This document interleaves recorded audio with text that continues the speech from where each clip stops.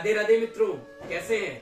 मैं हूं आपका एस्ट्रो गुरु एएस वर्मा पद्मेश, ज्योतिषाचार, अंक विशेषज्ञ और वास्तु विशेषज्ञ। आज हम बात करने जा रहे हैं वृषभ राशि के बारे में। वृषभ यानी कि वो राशि जो अपने काम के प्रति बहुत कॉन्सेंट्रेट होती है, अपने चीजों के प्रति बहुत कॉन्सेंट्रेट होती है। और जैसा कि आप जानते हैं, जो वृषभ राशि के लोग होते हैं वो बहुत ही सरल स्वभाव के होते हैं, बहुत ही नाजुक दिल के होते हैं। वो अपने काम को बहुत प्यार से, अपने स्नेह से निकलवाना जानते हैं और करवाते भी हैं, क्योंकि उनका मन अच्छा होता है। आज मैं उन्हीं सब के बारे में बात करने जा रहा हूं, क्योंकि अगर हम वृषभ राशि के बारे में बात करें तो ये कठोर से भी कठोर फैसले को एक पल में लेने में हिचकते नहीं है। इस ग्रह का जो स्वामी होता है वो देवगुरु शुक्र होता है, क्योंकि शुक्र है तो निश्चित तौर पर आपको लग्जरियस, वैभव, उन्नति और जीवन के हर वो सुख मिलता है, प्राप्त होता है जिसके आप हकदार होते हैं। जिन लोगों का नाम ई, उ, ए, ओ, वा, वी, वो इस अक्षर पर होता है, वो जातक शुक्र ग्रह से अर्थात वृषभ राशि के लोग होते हैं। चंद्र राशि के अनुसार क्योंकि मैं आपका भाग्यफल बताने जा रहा हूं, तो सबसे पहले तो एक कागज पेन उठाइए और नोट कर लीजिए कि आपकी कुंडली के अनुसार सफेद रंग, चमकीला सफेद रंग, ये आपको बहुत भाग्य देने वाला है और ये आपके लिए बहुत भाग्यशाली होने वाला है। यानी कि वर्ष के प्रारंभ में इस कलर को, इस रंग को अवश्य धारण करें।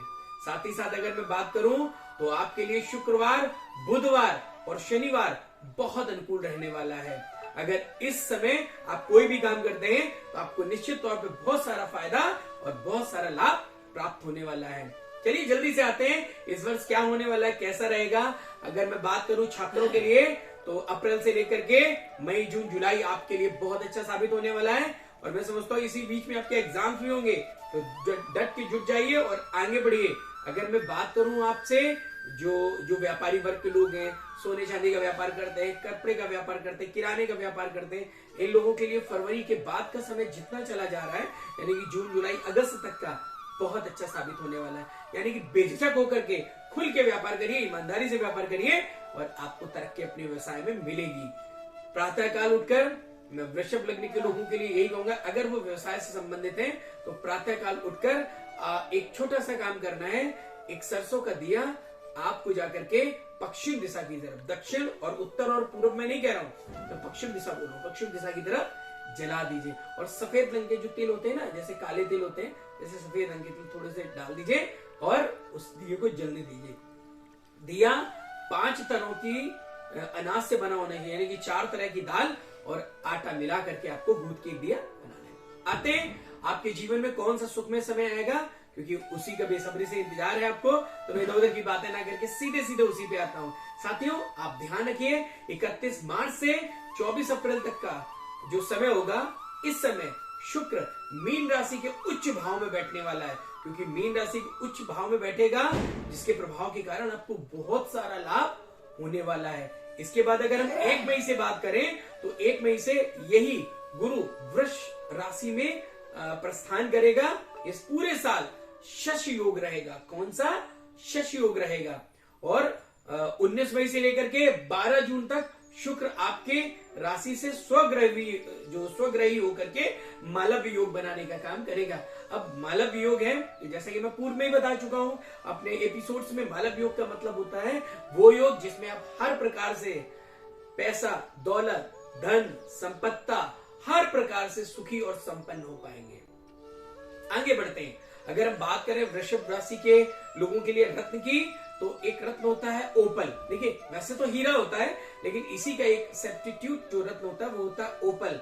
और एक अगर आप ओपल भी नहीं पहन पाते हैं तो बहुत साधारण सा रत्न होता है, मार्केट में मामूली 200-300 रुपए का मिल जाता है, जरकन, जिसे अमेरिकन डायमंड बोलते हैं। तो सफेद रंग का हीरा अमेरिकन डायमंड अगर आप धारण करते हैं तो आपको बहुत सारा लाभ इस वर्ष मिलने वाला है। अगर मैं व्रत की बात करूं तो इस वर्ष आपको शुक्रवार का व्रत रहना चाहिए और माता दुर्गा की, माता भगवती की उपासना अवश्य करनी चाहिए।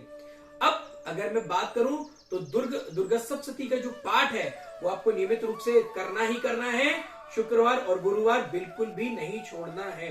इसके बाद अगर मैं दान के लिए बात करूं तो सफेद रंग की वस्तुएं जैसे चावल हुआ, आटा हुआ, दूध हुआ, दही हुआ, घृत हुआ, इस तरह की चीजों को आप अवश्य दान करें, जिससे आपके तमाम प्रकार के संकट कटे और ईश्वर का आपके प्रति आकर्षण बढ़े, ईश्वर का आपके ऊपर कृपा हो। इसके बाद अगर मैं बात करूं तो आपको एक उपाय भी बता रहा हूं। आप शुक्रवार के दिन सफेद चंदन की माला से ओम शुभ शुक्राय नमः मंत्र के जाप करें। शुक्रवार का व्रत, दुर्गा सप्तमी का पाठ और दोनों नवरात्र यानी कि गुप्त नवरात्र और नवरात्र जो होती है, दोनों नवरात्र में एक शुक्र यंत्र की विधिवत पूजा करके अपने घर में सफेद वस्त्र के ऊपर एक आसन दे करके और सफेद रंग के पुष्प चढ़ा करके चावल, दूध, घृत, पंचामृत चढ़ा करके स्थापित करें। आपके तमाम बड़े जो रुके हुए कार्य हैं, अगर सरकारी नौकरी है, व्यवसाय में रुकावट आ रही है, आपके विवाह में समस्या आ रही है और कर्ज की स्थिति अगर आपके ऊपर बढ़ती जा रही है, तो ये संकट आपके कट जाएंगे। आते हैं सबसे महत्वपूर्ण इस एपिसोड के उस कड़ी पे जिसमें हम कहते हैं सावधान रहें।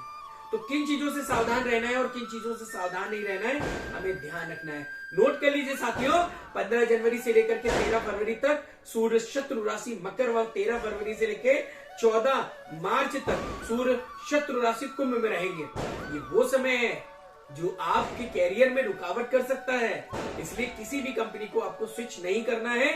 जहां है जैसे है आप यथास्थिति बने रहिए, कंपनी को चेंज करने की जरूरत नहीं है, कैरियर में बदलाव करने की जरूरत नहीं है, निर्णय को बदलने की जरूरत नहीं है, अन्यथा आप मुसीबत में पड़ जाएंगे। अगर मैं बात करूंगा 30 जून से लेकर के 15 नवंबर यानी कि वर्ष के अंत तक, तो शनि वक्री होकर के रहेंगे। चिंता में रहिए, ये वो समय है जो आपको आर्थिक रूप से संकट में डाल सकता है और आपके लिए शत्रु पैदा कर सकता है। तो थोड़ा सा ध्यान रखिए। अगर इन सब चीजों को ध्यान में रख करके आप करेंगे तो मैं आपको इस नववर्ष की बहुत सारी बधाइयां दूंगा, क्योंकि आप संकटों से दूर भी रहेंगे। इन छोटे छोटे उपायों को करिए अवश्य और लाभ उठाइए। और कैसा ये वर्ष रहा, तो इसका अनुभव करके आप मुझे कमेंट बॉक्स में जरूर लिखिए। फिर मिलते हैं ज्योतिष गुरु के इस चैनल पर। तब तक के लिए मेरी तरफ से आपको ढेरों बधाइयां और नववर्ष की बहुत सारी शुभकामनाएं। जय माता बगलामुखी, जय बाबा खाटू श्याम और श्री राधे राधे।